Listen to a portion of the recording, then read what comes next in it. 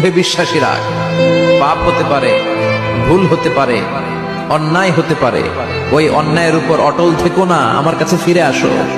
Come to your Lord, তোমার রবের দরবারে ফিরে আসো, ক্ষমার মতো ক্ষমা চাও, ক্ষমার মতো ক্ষমা চাইলে আমি সব ক্ষমা করে দেব। সুবহানাল্লাহ পড়েন।